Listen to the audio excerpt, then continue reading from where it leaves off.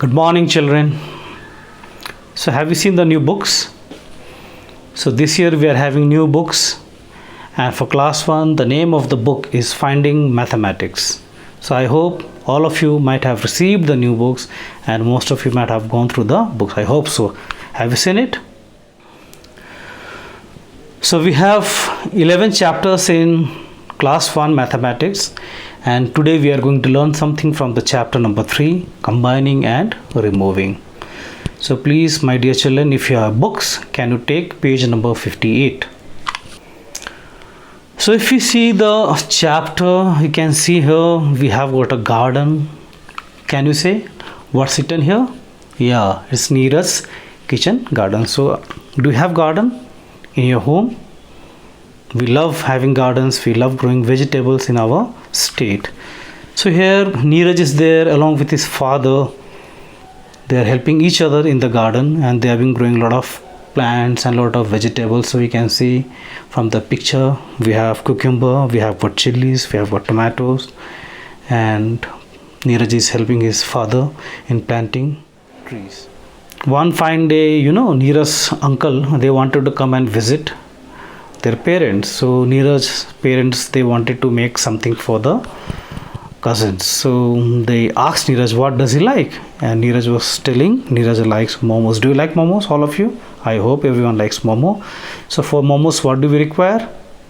We require vegetables, we require tomatoes, we require chili, then we require wheat flour, isn't it? So today Neeraj is going to make momo at his home. So what does he do? He has got a garden where he has all these things inside his garden.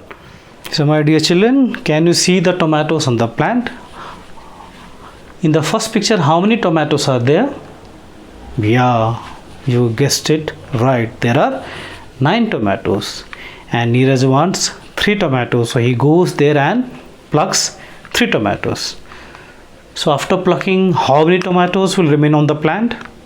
Can you guess it? Yeah, you have correctly guessed it. So we have 6 tomatoes on the plant. So can you guess how we got 6 from here?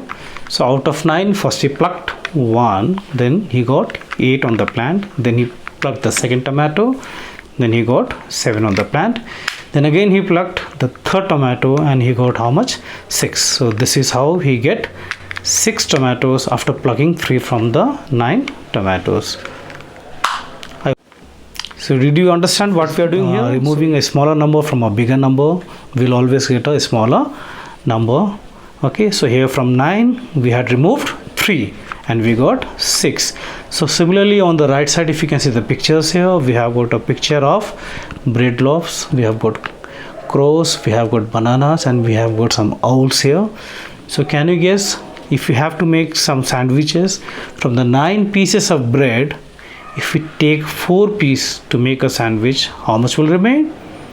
Yeah, so we'll get 9, taking away 4, we get 5 pieces of bread. So if you see the crows on the wire, can you see how many crows are there? There are 1, 2, 3, 4, 5, 6, 7, 8, 9 and 10 crows. And you can see how many are flying away? 1, 2, 3 and 4. So how many crows will remain on the wire? So can you see here? Yeah, we have got 1, 2, 3, 4, 5 and 6. So when 4 crows flies away from a group of 10, we get 6 remaining crows. So my dear children, I hope you will be able to do some of the activities which are given in the book. So we have some activities here. So please try to do it yourself, and you can always submit it to your class teachers whenever they are there. So we have got 2-3 exercises here. So I hope you will be able to do all these things. Okay, so I hope you might have understood what does removing mean in the chapter.